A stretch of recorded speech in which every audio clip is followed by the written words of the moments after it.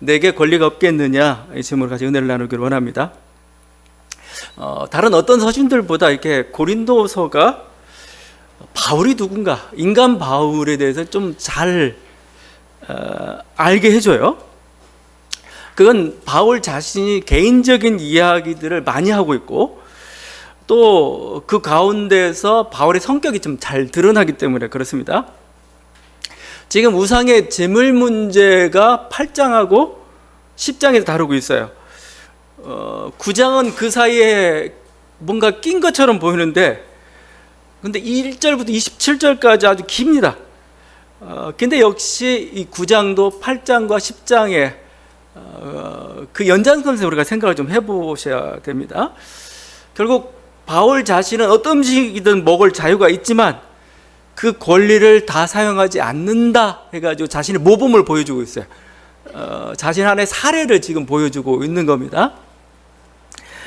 근데 하나의 예화처럼 이렇게 보여주고 있지만, 그를 통해서 우리는 바울이 누군지, 어떤 초대교회 모습이 뭔지, 또 바울의 진심들을 좀 알 수가 있어요. 오늘 말씀 좀 읽다 보면 바울이 매우 조심스러워한다는 것을 좀 느낄 수가 있습니다. 바울이 약간 눈치를 보고 있어요. 여러분은 안 느껴질지 모르겠지만 눈치를 보고 있어요. 그러면서 한편으로는 조금 격앙돼 있습니다. 눈치 보다가 자신을 변명하다 보니까 약간 격앙돼 있는 모습이 있습니다. 어떻게 할 수 있느냐? 그냥 문장이 드러나고 있어요. 오늘 우리가 1절부터 7절까지 읽었는데 거기 물음표가 몇 개가 찍혔느냐? 10개가 찍혀 있습니다. 그것도 부정형 물음표들입니다. 내가 뭐뭐가 아니냐 이거죠. 내가 뭐뭐할 권리가 없겠느냐 하면서 문장 10개가 부정형 의문문이고 의문형으로 사용하고 있고 물음으로 사용하고 있고, 9장 전체에는 16개나 사용이 되고 있습니다. 뭐뭐 하지 않겠느냐, 뭐뭐가 아니냐, 뭐 이런 거죠. 이렇게 부정형 의문문 아니면 이런 물음의 형태를 한다는 것은 매우 강한 긍정입니다. 아니면 매우 강한 부정을 얘기할 때 이런 식으로 의문형으로 하죠. 지금 바울이 신경 쓰고 있어요. 누굴 신경 쓰고 있느냐? 모든 것이 가하다고 믿고 있는 사람들, 그 사람을 누구라고 표현하냐면 보통 영주의자 아니면 그냥 쉽게 얘기하면 성령파들입니다. 실제 성령파들이에요. 그들은 성령 안에서 모든 자유를 다 누리고 있어 라고 이렇게 얘기하는 건 성령파들이고, 그들의 지금 눈치를 보고 있어요. 왜냐하면 그들이 진짜 어떤 말씀에 대한 지식도 있을 뿐만 아니라 재물도 있어요. 영향력도 있습니다. 그들을 향해서 지금 얘기하고 있기 때문에 굉장히 조심스럽습니다. 이미 1장부터 3장까지는 뭐죠? 말과 그 화려한 언변을 자랑하는 거에 대해서 지혜는 아니다라고 얘기했죠. 그 중에 음행하는 자들이 있는 음행에 대해서도 안 된다고 얘기했죠. 여러분, 음행도 돈 있고 능력이 있어야 하는 겁니다. 그거 안 돼요, 그거. 근데 하여튼 어느 정도 권력 있는 사람이에요. 성도 간 소송 문제도 뭐 가진 게 있어야죠. 그들에 대해 얘기하고, 그 어떤 뭔가 이렇게 영적 거룩함을 추구하는 자들도 있습니다. 소위 결혼 문제와 관련돼서 이게 나왔던 겁니다. 그들이 굉장히 비판적으로 얘기를 했어요. 지금 8장에서 우상의 제물 문제도 지금 어떤 음식도 먹을 수 있는 자유, 또 사실은 이렇게 연회에 초대받을 수 있는 사람들이라면은 어느 정도 위치가 되는 사람들을 봐야 됩니다. 가난한 사람들은 초대도 못 받아요. 고기 먹기도 참 힘든 그런 사람들입니다. 그런 사람들을 향해서 우상제물 먹지 말라, 지금 이 교훈을 하고 싶은 거예요.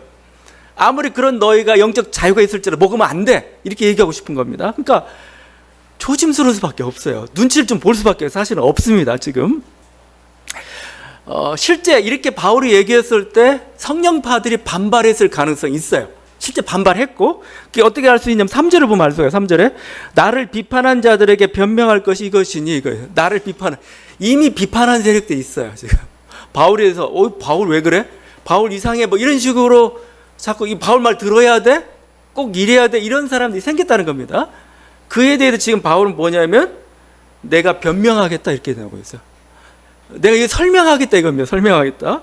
그래서 바울이 말이 많아지는 거고 자기 사례를 많이 들어주는 겁니다. 지금 사도 바울은 고린도 교회 절대 강자가 아니에요. 절대자가 아닙니다. 성령 받았으니까 사도니까 내 말 들어야 다 들었고, 그렇지 않았어요. 고린도 교회가 지금 바울은 지금 자신의 입장을 부지런히 변명하고 설명해야 됩니다, 지금.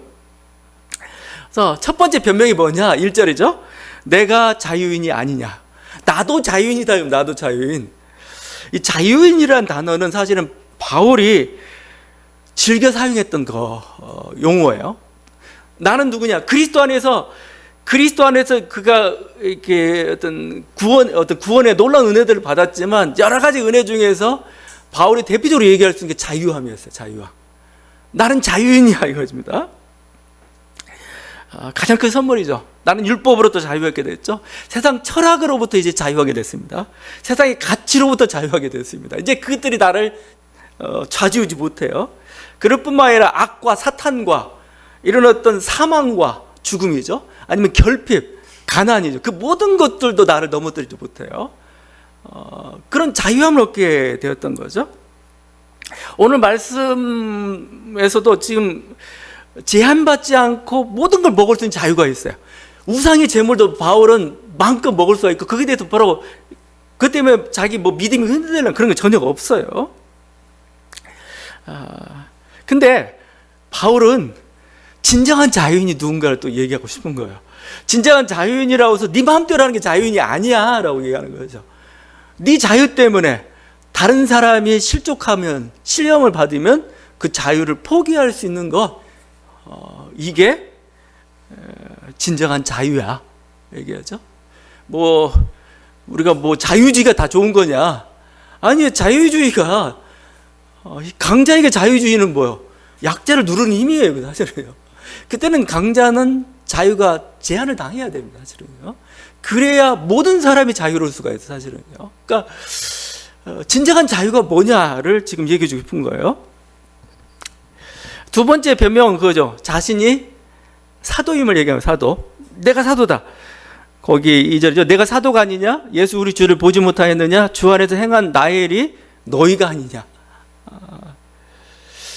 바울은 당연히 사도죠. 우린 그렇게 생각하는데 지금 우리의 생각일 뿐입니다. 교회사가 이제 바울의 기독교가 됐어요. 말이 좀 이상하지만 기독교의 모든 근간, 교리, 예배 형식부터 그 모든 걸 체계화시킨 사람은 바울이에요 실제. 그래서 제2의 창시자는 말까지 나오는데 우리는 당연히 사도라고 생각하는데 바울이 처음 이방인의 복음을 전할 때는 그러지 않았어요. 항상 사도성이 의심을 받았습니다. 제 사도야? 이게 고린도 후서에서 본격적으로 논란이 돼요. 지금 바울이 지금 이처럼 지금 2절에 강하게 반발하는 이유, 변명하는 이유는 지금 이렇게 문제가 생기니까 바울의 사도성을 의심합니다. 항상 그렇죠. 문제가 생기면은 쟤 진짜 사도야? 사도 맞아? 저기 예루살렘에서 공식 사도도 아니잖아. 이런 식의 사도성 논란이 붙게 되어 있어요. 사실은 바울은 문제가 있죠. 왜냐하면 공생의 기간 동안 예수님 봤을까? 거의 대부분 학자들은 못 봤을 거라고 얘기합니다. 봤으면 바울이 얘기했죠. 나는 예수로 이런 얘기 들었다 할 텐데 전혀 없어요. 그냥 주께로부터 받은 거라고 할 때는 대부분 다 교회의 전통을 얘기하는 겁니다. 예수님과 함께 했던 그 사도들이 했던 말들, 그 말을 이렇게 해야지 공생 기간 동안 예수를 보지 못했어요. 그러다 보니까 그 사도행전 1장에서 제시하는 사도성 기준에 어긋납니다. 잘 안 맞아요. 그 사도행전 1장의 사도성 기준이 이렇게 되죠. 사도행전 1장 21절인데 요한의 세례로부터 우리 가운데서 올려져 가신 날까지 주 예수께서 우리 가운데 출입하실 때 항상 우리와 함께 다니던 사람 중에 하나. 공생의 기간 동안 예수님과 함께 있던 사람 중에 하나 중에서 사도를 뽑으라 이거잖아요. 거예요, 지금. 그다음 두 번째가 우리와 더불어 예수께서 부활하심을 증언할 사람. 지금 예수님이 십자가에 달려있다 3일에 부활하셨고 그로부터 40일 후에 승천하시잖아요. 그걸 목격한 사람. 그 목격한 사람을 전하는 사람이죠. 그래서 이제 그걸 뽑는 장면인데 사도 바울은 두 개 다 좀 애매해요. 첫 번째는 아니고 두 번째는 40일 기간 동안 그러니까 예수 부활을 본 사람이 아니에요. 바울은 언제 예수의 부활을 봤다고 얘기하면 그 1절이죠. 내가 예수 우리 주를 보지 못하였느냐? 딱 한마디예요. 내가 우리 주를 보지 못하였느냐? 나 예수를 봤다. 이 뭔 표현이냐? 바로 다메섹 도상에서 예수를 만난 걸 얘기합니다. 다메섹 도상에서 예수를 봤다 이거예요. 근데 문제가 붙어요. 왜냐하면 다메섹 도상에서 본 예수는 누구예요? 예수님 부활하신 후 그리고 승천하신 후 2년 3년 후예요. 2, 3년 후입니다. 2, 3년 후에 바울이 가는데 갑자기 하늘에서 환상처럼 나타나셨습니다. 예수가. 그 예수를 부활의 예수라고 표현하고 있습니다. 그리고 난 그 예수를 봤다라고 얘기를 하고 있어요. 2, 3년인데 여러분이 만약에 어디 가다가 예수를 봤어요. 예수를 봤는데 2000년 후에 그걸 여러분 부활의 예수라고 할까요? 아니면 환상의 예수라고 할까요? 물론 이제 뭐 시간이 지났으니까 뭐 우리 이제 만유의 주님 뭐 장조지 이렇게 고백할 수 있겠지만 하여튼 2, 3년 후에 예수를 봤는데 그걸 부활의 예수로 지금 부활의 예수도 봤다라고 고린도전서 15장에서 얘기를 해요. 그러니까 근데 이게 굉장히 주관적 어떤 체험의 요소가 많잖아요. 지금 이거 주관적인데, 그러니까 바울의 대적자들 이걸 자꾸 사도성을 문제를 삼아요. 막 하니까 고린도후서에서 막 장황하게 내가 얼마나 사도인지 막 얘기하고 하죠. 근데 지금은 아직까지 거기는 안 가요. 안 가는 대신 이렇게 다시 되치죠. 2절이죠. 다른 사람들에게는 내가 사도가 아닐지라도 너희에게는 사도이니 나의 사도됨을 주 안에서 인친 것이 너희라. 다른 사람들한테는 문제가 발생할 때 니네는 아니지. 니네는. 왜냐하면 내가 심었고 고린도 교회가 이렇게 어느 정도 성장을 했고 지금 예배를 드리고 그 번듯한 교회로 나오고 있는데 그걸 시작하고 세운 게 나야. 나. 사도란 게 뭐예요? 사도를 왜 세웠습니까? 부활의 증인이 사도죠. 근데 부활의 증인은 말을 좀 그렇지만 실제적으로는 뭐예요? 교회 설립자들을 얘기하는 겁니다. 복음을 전해가지고 교회를 설립하면은 그들이 사도예요. 그 역할을 맡아서 해야 될 사람들을 사도라고 했던 겁니다. 사도가 뭐 그냥 뭐 능력 행하고 그 정도가 아니고 중요한 건 부활의 복음을 전함으로부터 교회를 세우는 사람이에요. 근데 여기 고린도 교회가 섰고 네가 예수 제대로 믿고 있고 그러지 않느냐? 그러면 이것보다 더 확실한 증거가 어디 있냐? 뭐 주관적이고 이런 것들은 뭐 모른다 할지라도 열매가 그러면은 당연히 시초도 오를 거 아니냐 이런 거죠.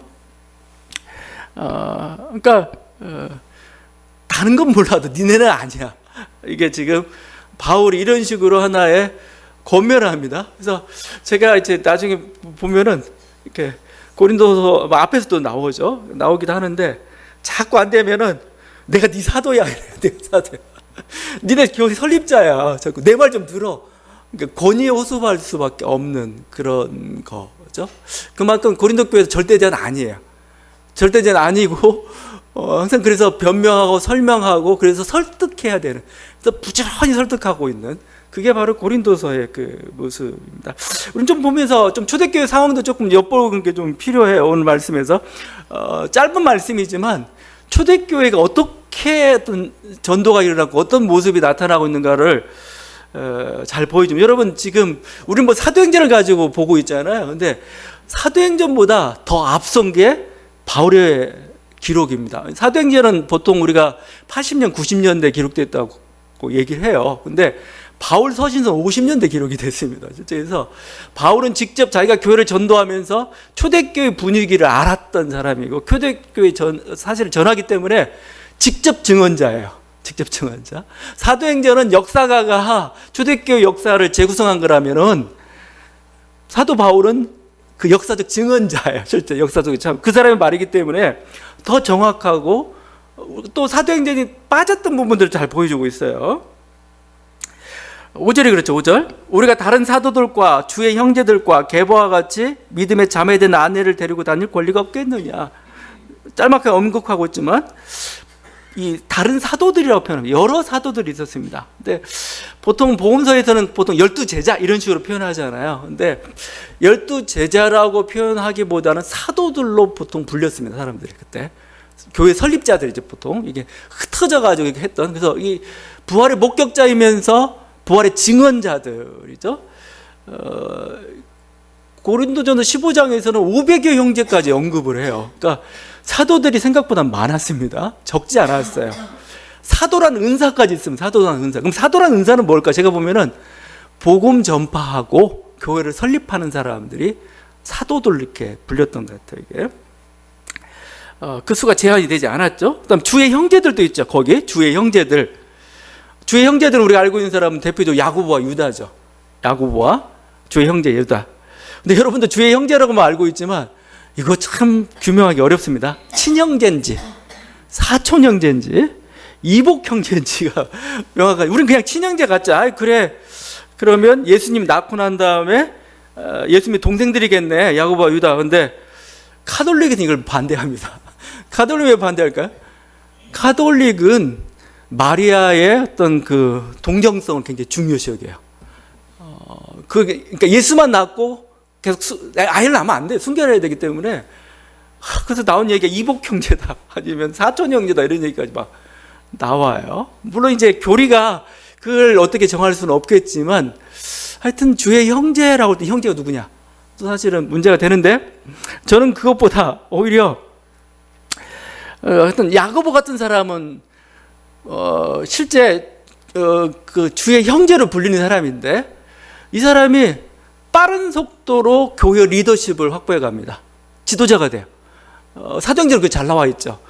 게바가 원래 지도자였는데 실제 게바에서 야고보를 이렇게 예루살렘 지역의 수장으로서 이렇게. 그래서 저기 갈라디아서 2장 보게 되면 서열이 나와요.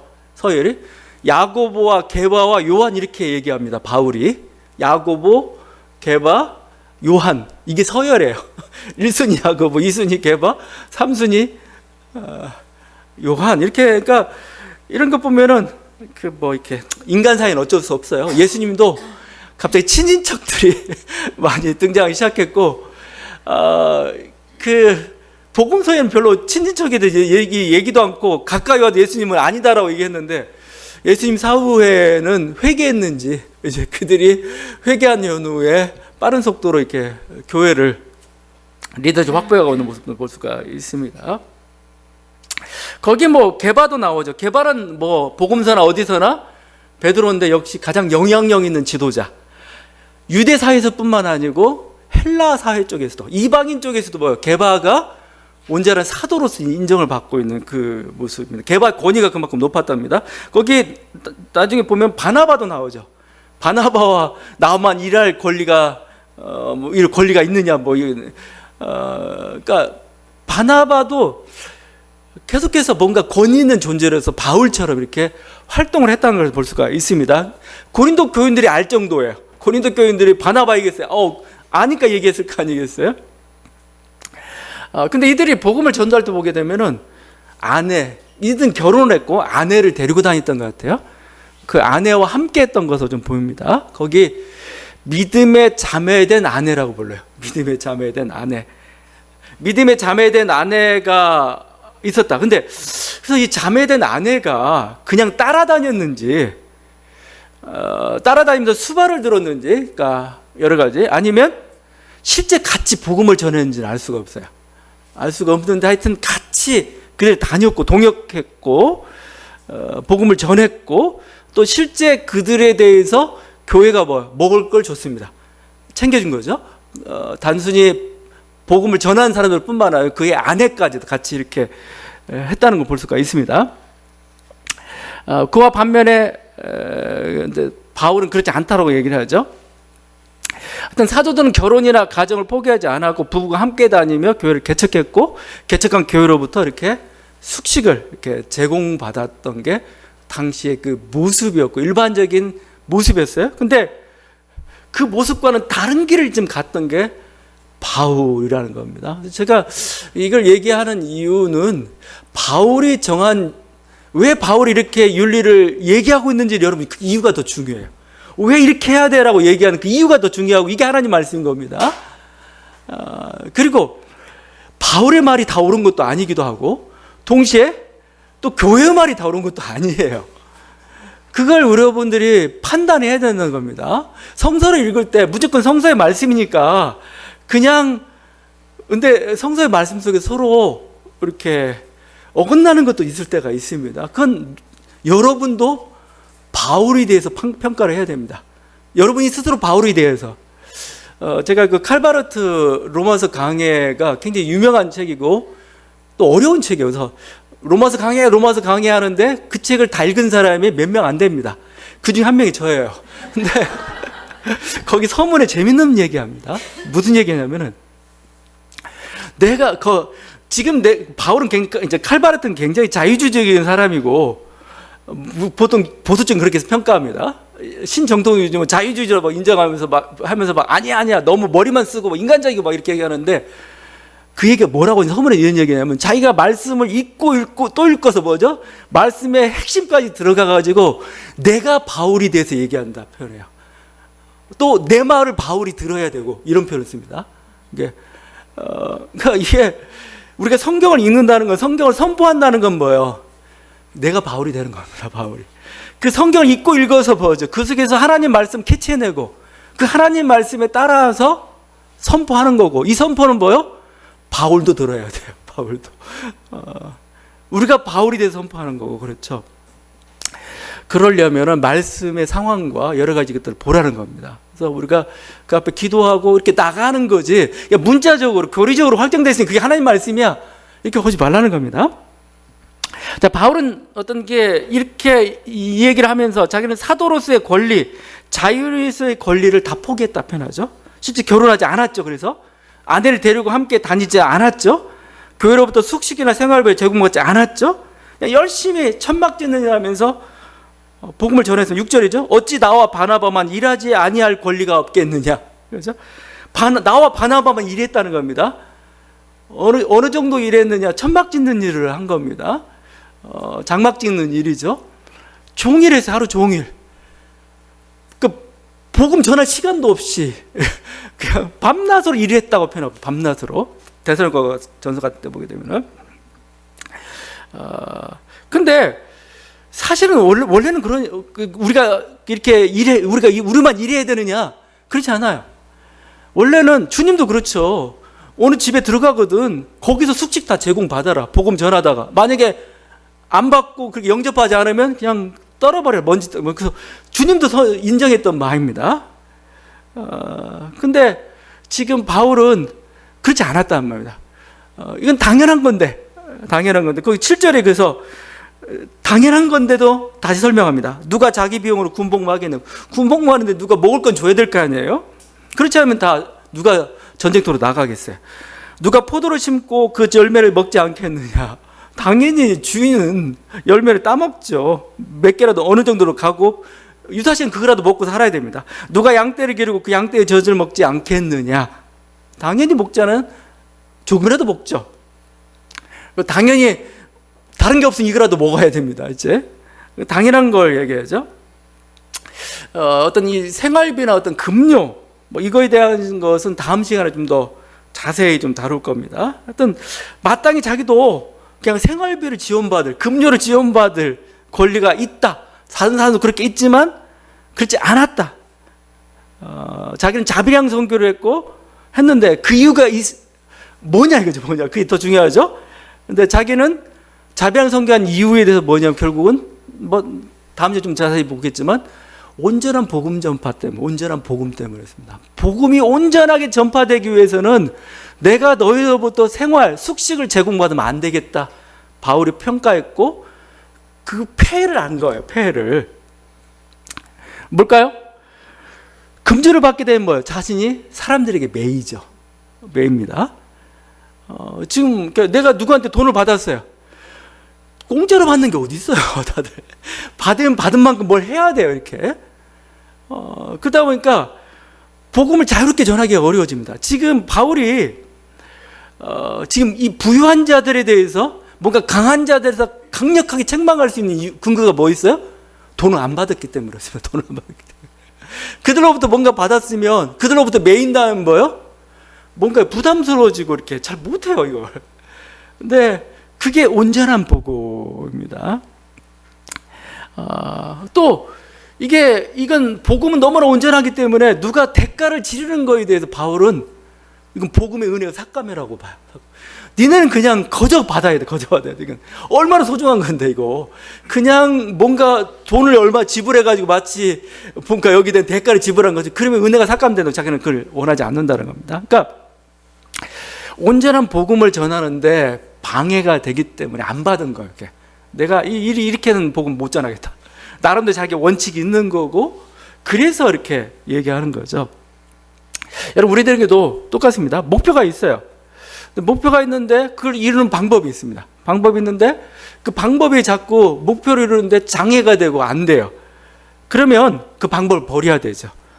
다른 길을 택해 가야 되는 겁니다. 근데 우리는 그 방법에 매일 때가 있어요. 방법에 매여가지고 결국은 결국 이렇게 가다 보면 결국 좋은 목표에, 원하는 목표에 뭐 이르지 못하는데, 그럴 때는 뭐죠? 방법을 바꿔야 되죠. 방법을 바꿔야 되는데, 바울은 내가 복음 전도도 와서 내가 사도도 행하는데 이게 도무지 잘 안 된다 이거죠. 잘 안 된다. 그래서 한 겁니다. 제가 이걸 자꾸 얘기하는 이유는 자꾸 선교사들한테 자비랑 선교를 자꾸 요구를 해요. 니네가 벌어서 먹어. 그리고 선교해. 이게 바울의 모델이야. 바울에게 합당한 모델일 뿐이에요. 바울에게 적합한 모델일 뿐입니다. 선교하는데 뭔가 개정적으로 든든하게 지원이 돼야 선교를 제대로 할 수 있으면 온전한 복음을 그렇게 하는 게 더 나아요. 근데 바울에게 있어서는 그게 아니었던 거죠. 그게 아니고, 이건 좀 이 헬라 사회에서는 이게 좀 왜곡될 우려가 있다라고 해서 아예 그걸 차단시켜 버립니다. 뭐 그렇다고 해서 바울이 돈을 전혀 안 받았느냐? 받았어요? 보면 바울은 참 재밌는 게 현지에서는 안 받습니다. 막 개척 가올 때는 현지인들 안 받는데 다른 교회 가서는 헌금을 또 받아요. 헌금. 사실 빌립보 교회가 그렇게 도와줍니다. 이렇게. 그러니까 자비량 선교의 바울의 원칙이 더 중요합니다. 왜? 이유가 중요합니다. 왜 그런 방식을 취했는가가 더 중요해요. 온전한 복음에 장애가 안 되려고. 근데 만약에 장애가 안 되면 받아도 되는 겁니다. 실질적으로요. 그러니까 하나의 그 방법일 뿐입니다. 방법. 근데 방법이 온전한 목표를 이루지 부족하기 때문에, 왜곡하기 때문에 그걸 안 한 거예요. 보면 또 바울은 결혼할 자유가 있고 아내를 데리고 함께 전도할 수 있는 권리가 있지만 사용하지 않습니다. 왜냐하면 바울에게 가장 중요한 가정이 아니었어요. 바울에게 가장 중요한 건 복음 전파입니다. 복음 전파. 이 복음 전파하는데 가족 관계, 부부 관계는 비효율적입니다. 비효율적. 바울이 40에 하나 감한매를 5번씩 맞았어요. 자기는 맞을 수 있지만 아내를 맞게 할 수는 없잖아요. 또 자기 맞는 모습 보면서 그냥 고통스럽게 이걸 또 할 수도 없잖아요. 그러니까 자기 선교에는 이게 비효율적이다. 비효율적. 그러니까 나는 결혼 안 하겠다. 나는 그러니까 저는 이게 선악의 문제가 아니고 우선순위의 문제라고 봐요. 바울은 복음전 가장 중요했고 가정은 부차적인 거였어요. 특별히 종말 상황 속에서는. 그래서 뭐요? 제껴놓은 겁니다. 제껴놓고 이제 여기에만 진력하고. 근데 나중에 이제 100년대 가기 시작하면은 우린 살아야 되잖아요. 인생 속에서. 그러다 보니까 뭐죠? 가정의 소중함이 이제는 강조되기 시작하는 거예요. 그때는 어쩔 수가 없죠. 전시 상황에서는 가정 포기할 수 있잖아. 있죠. 그렇게 포기했던 사람들, 독립군들이에요. 독립군들은 뭐죠? 우리 민족의 해방을 위해서 어떻게 합니까? 기꺼이 가정, 재산, 심지어 목숨까지도 기꺼이 내놨어요. 민족 해방이라는 시급한 당면한 목표가 있었기 때문에 그런 거죠. 근데 민족 해방이란 그게 한 식민통치라는 게 100년 넘어가고 그래요? 그러면 그것까지 오면 안 되죠. 왜냐하면 우리 인생이라는 것은 그것만 인생의 목표가 아니고 삶이라는 게 있거든요. 그러면 새로운 유래가 또 필요한 겁니다. 자, 이렇게 저는 반대로 이렇게 얘기해 줄 수 있어요. 가정이 자기는 소중해요. 가정이 소중하다면 뭐죠? 나라나 의리도 버릴 수 있습니다. 내가 하나님 안에서 깨달았을 때 가정이 제일 소중해. 하나님 내가 있는 가정 잘 책임지라는 게 하나님이 내 인생에 맡기신 사명이야. 깨달으면 어떻게 해야 돼요, 여러분? 나라도 버려도 괜찮습니다. 의리도 버려도 괜찮습니다. 왜냐하면 그건 내가 하나님 앞에 받은 사명이고 나는 이 일을 위해서 적절한 길을, 적절한 방식을 뭔가 아니면 내가 가지고 있는 권리 자체가 오히려 장애가 될 뿐이에요. 그거 권리 버려야 되죠. 난 필요 없어. 이런 권리 필요 없어. 이거죠. 우선순위 정하고 거기에 집중할 때 성공하는 겁니다. 실제로. 이건 사회 속에, 세상 속에서 하는 그 논리이기도 하고 그렇습니다.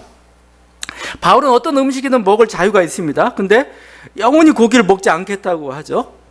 왜냐하면 고기 먹는 것이 다른 형제에게 시험이 되기 때문에 그래요. 다른 형제들에게. 그리고 다른 이것 때문에 실족을 해요.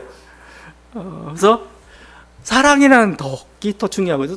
로마서는 아예 그냥, 야, 하나님 나라는 의와 평강과 희락이야. 뭔가 주님한테 주어진 어떤 의로움, 아니면 뭔가 기쁨, 뭔가 평화, 이게 하나님 나라 요소지. 니가 먹는 것 때문에 더 먹고 덜 먹고 안 먹고 뭐 못 먹고 이런 것 때문에 교회가 분열되고 갈라지고 막 실족하고 싸우고, 그건 뭐야? 하나님 나라 아니라는 거예요. 그러면 뭐 나 먹는 거 그냥 포기하겠다 이거죠. 포기. 아니 뭐 먹는 게 뭐가 중요해? 아무것도 중요하지 않는데 자유는 있지만 뭐요? 이것 때문에 문제가 생기면 나는 그 길 안 가겠다. 나는 그거 버려버리겠다 이거죠. 다른 식으로 표현하면 사랑이라는 덕이죠. 사랑이 더 소중하기 때문에, 어떤 덕을 세우는 게 더 소중하기 때문에 나는 나의 자유를 제한하겠어. 사실은 사랑이라는 것이 그래요. 사랑이라는 게, 사랑은 서로 매이는 겁니다. 매이는 거죠. 불편하죠. 사실 사랑은. 왜 불편합니까? 다 부족한 인간들이 만나가지고 서로, 사실 사랑은 주고받으면서 성장하는 거잖아요. 근데 서로 안 맞는 게 있어요. 그러면 어떻게 되죠? 희생하고 포기할 줄도 알아야 돼요. 나는 이런 면이, 나는 이런 태도가 나는 안 맞지만 상대방이 그걸 잡고 있으면 어떻게 해요? 그건 안 되죠. 받아들여야 되는 거죠. 받아들이지 않으면 어떻게 되나요? 갈등이 있고 결국은 이건 가정을 이룰 수가 없어요. 그래서 결국 사랑이라는 것 때문에 뭐요? 우리 사랑을 이루기 위해 내 자유를 포기합니다. 자유라는 거면 내 마음껏 할 수가 있어요. 일이나 성격이나 결정이나 내 마음껏 할 수 있지만, 내가 이렇게 함으로 상대방이 뭐요? 아파한다면, 상대방과 갈등이 생겨 그거 하지 않겠다. 그럼 왜 그래요? 사랑이 더 중요하기 때문에 서로 매이는 게. 이게 하나님도 마찬가지입니다. 하나님과 인간 사이에 언약을 맺는다는 것은 굉장히 하나님도 불편한 거예요. 하나님 얼마나 불편합니까? 하나님 자유로우신 분이잖아요. 그냥 마음대로 해도 되는데, 언약을 맺었다는 건, 약속을 맺었다는 건 뭐예요? 뭔가 하나의 피조물을 만들었다는 건 뭡니까? 책임을 져야 된다는 겁니다. 책임을 져야 되는 거고, 뭔가 이렇게 서로 맞춰가야 됩니다. 서로 맞춰가야 되는. 이게 있기 때문에 피곤한 거예요. 근데 피곤하지만 하나님은 그 길을 택했어요. 그래서 저는 이 우주를 이끌어가는 힘은 뭐냐? 우주를 만들어낸 힘은 뭐냐? 사랑이라고 봐요. 사랑. 자유가 아닙니다. 자유가 아니고 사랑입니다. 자유라면 만들었다 부쉈다 지 마음대로 해도 돼요. 근데 사랑이기 때문에 만든 거고, 만든 걸 함부로 파괴할 수가 없어요.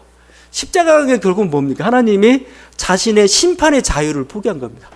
하나님이 정의에 대한 요구를 포기한 겁니다. 그리고 하나님은 사랑을 택한 거죠. 그게 하나님이 이 세상 이처럼 사랑하사에 담겨져 있는 그거죠. 그냥 내가 내 자유 포기하겠다는 겁니다. 내 권리 포기하겠다는 겁니다. 왜? 그래야 인간이 살기 때문에, 그래야 사랑이 온전히 이루어지기 때문에 그런 거죠. 그래서 지금 바울은 우리가 다 자유롭지만 우리는 사랑 때문에 그걸 포기해야 되고, 내가 그래서 지금 바울이 하고 싶은 얘기예요. 이제 먹지 마입니다. 고기 먹지 마요. 고기 먹지 마.